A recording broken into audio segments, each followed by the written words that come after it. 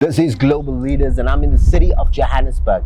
The man I'm with right now, you can see very dapper. Michael, how you doing? Very good, and you? Great to have you with us on the Global Leader Show. I know part of the top 100 influential men for 2025. What an honor. Tell us a little bit more about Michael. Well, it is a lot. I'm not sure how much time you have. But let's see. I am an attorney with a master's degree in constitutional and administrative law. I've been a city councillor. I've been a member of parliament. I've been a member of the Gauteng legislature. I've been on many NGO boards as well. Last year I was national president of an NPO called Junior Chamber International, which is an international organization of young professionals all over the world, and prime ministers and presidents and mayors are alumni.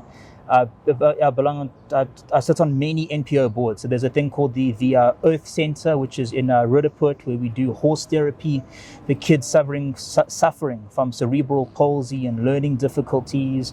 I'm the legal director of something called the Directors Association, which actually trains people in how to become company directors and how to act once you are a company director. I'm chairperson of something called World Speech Day, South Africa. I have won a lot of similar national awards.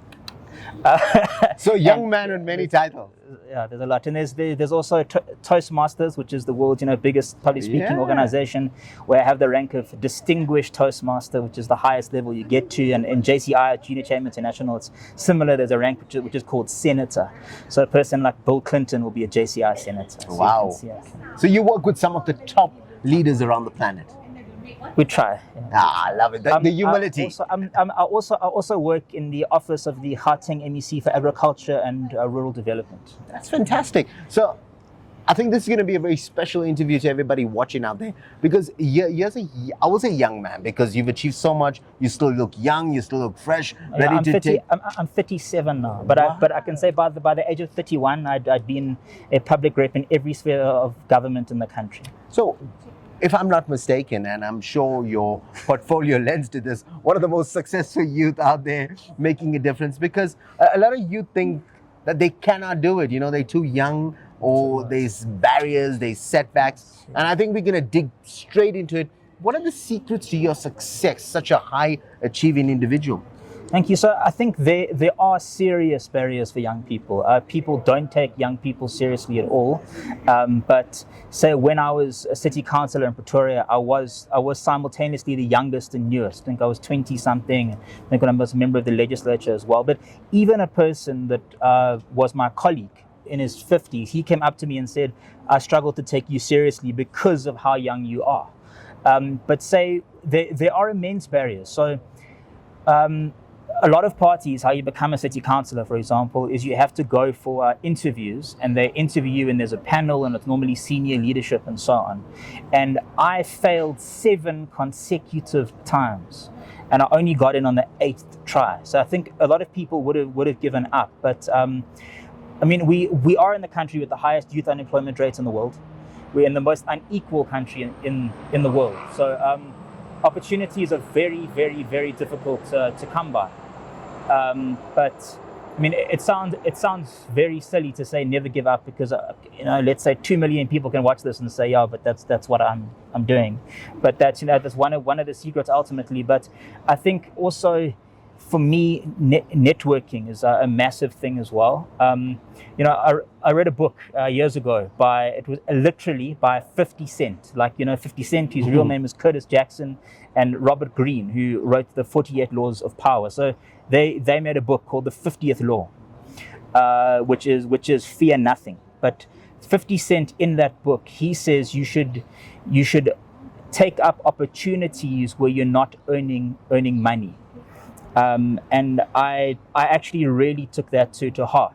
So I sit on a lot of NGO boards where I don't earn a cent, and I do a lot of giving back to society. But I think that helps me build my profile, but it gives me credibility as well. It makes people believe in me, but it also, I think, shows people that I've got a certain kind of character, where I'm act in in a certain way where I'm willing to give back, but I'm willing to get my hands dirty and really get involved. My father passed away when I was 13 years old, and I know I'm talking for a long time now. But what I learned from him, he would say, get involved. And that's something that I try to do every single day. I mean, if you ask me now to join your NGO, to go on a path with you, there's something happening at your house, in your community, can I meet with someone, I will get up and I will do that now with you. Wow. And I love that, because you're an action taker. You're a man that just doesn't think it. You're a man that actually goes out there and does it. Now, for me, that's a big thing. When you spoke about the sort of challenges that youth today go through, the sort of challenges that we face in South Africa. I mean, load shedding just kicked back. We're on stage 3 right now, so that's another topic for another day. But despite all of that, we do amazing stuff. I mean, if you look at our sporting arena, if you look at ourselves in academics, you look at ourselves in the arts and culture, for me, that's big. Now, what I want to know, Michael, and I can see you're a man that has achieved so much in his life at such a short age. What is your vision for the future? Well, okay, so for me personally, but that's why I'm pausing and thinking, because ultimately I think we all have to give ourselves a meaning and purpose to life. So for me, it's important to be remembered after I pass on, but for all of the right reasons. And I think that there are so many challenges in our country, like I mentioned, with youth and unemployment. But even if we just drive out of here, we're at Melrose Arch, by the way, if anyone listening. I'm sure if you drive out here, we'll find robots out, we'll find potholes, we'll find problems, we'll find homeless people on the corner. So I think what the most important thing is to get involved, whether that's starting organizations, being part of organizations, but that are turning the country and the city around, and to always lead with empathy. People have complicated reasons for doing things. I'm not saying we must condone people that are criminals and so on, but we have to understand to a certain extent what the issues are, what is confronting people. So I think that for me, life is about building connection, working together across all possible backgrounds, races, cultures, ages, creeds, in order to really take our country forward. Because I think our country has huge promise. Our story of being able to reconcile across so many different backgrounds. The fact we're even sitting here, different racial groups and so on. It's a story to the world of how our country's been able to work together after the apartheid era. But I think we have to build on that very, very strongly, and continue to stand as a shining example to the whole world of what our country is, which ultimately we are, freedom fighters. We're absolutely fearless people, both within our nation, overthrowing apartheid, but even globally, taking on injustice whenever we see it. So I would encourage anyone really that's what I think life is about. It's to take on injustice whenever you see it, whether you're doing that in a law firm, you're doing that in your job. But it's obviously easier said than done. Some of us, we have jobs where we intrinsically do that. But I would encourage anyone to get involved in, local community organizations, whether it's NGOs, CPFs, a political party, form your own NGO, whatever. Make that first step. Yeah, but get out there and get involved and affect change. Well, that is what Michael has done. I'll be honest, just hearing Michael's profile, it's nothing short of epic. Here's a young man. And I say young because, before 40, we're still young.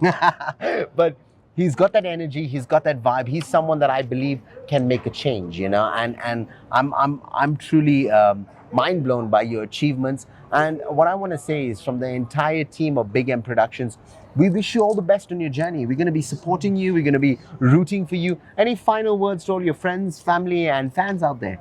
Okay, awesome.